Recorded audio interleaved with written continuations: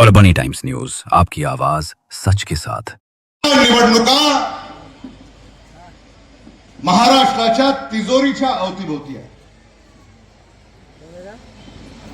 तुमची काळजी नाहीये. गंगाखेडमध्ये हेच सुरू आहे. मतदारांनी सावध असलं. एका गावामध्ये गुन्हा गोविंदानं राहायचं असेल, एका शहरामध्ये गुन्हा गोविंदानं नांदायचं असेल तर शेजाऱ्याशी भांडण आपण घेतो का? तुम्ही स्वतः विचार करा. एखादा आपला शेजारी आणि त्याच्या बरोबर रोज आपलं भांडण आहे, नांदता येईल का गुन्हा गोविंदानं? साधा विचार आहे. काँग्रेसच्या काळामध्ये असं कधीही वातावरण नव्हतं.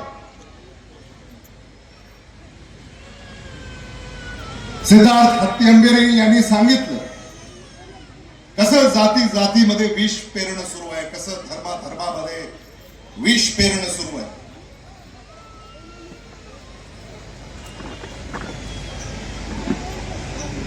महाराष्ट्र सरकारने हे करावं ही शोकांतिका.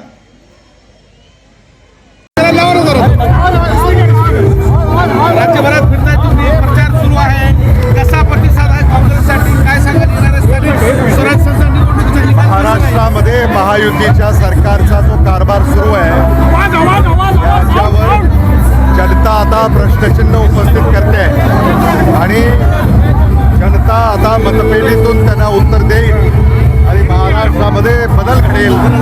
त्याची सुरुवात या नगरपालिकांच्या निवडणुकीमध्ये होईल असा विश्वास आम्हाला आहे. भाजपमध्ये अंतर्गत वाद भाजप आणि शिंदे गटात पाहायला मिळते. राणे कुटुंबीय म्हणजे दोन्ही राणे बंधू खरं तर भाजपच्या कार्यकर्त्याच्या घरी पैसे मिळाले म्हणून सातत्याने त्याचं भांडण सुरू आहे. कसं पाहता त्या कॉन्ट्रोवर्सीकडे?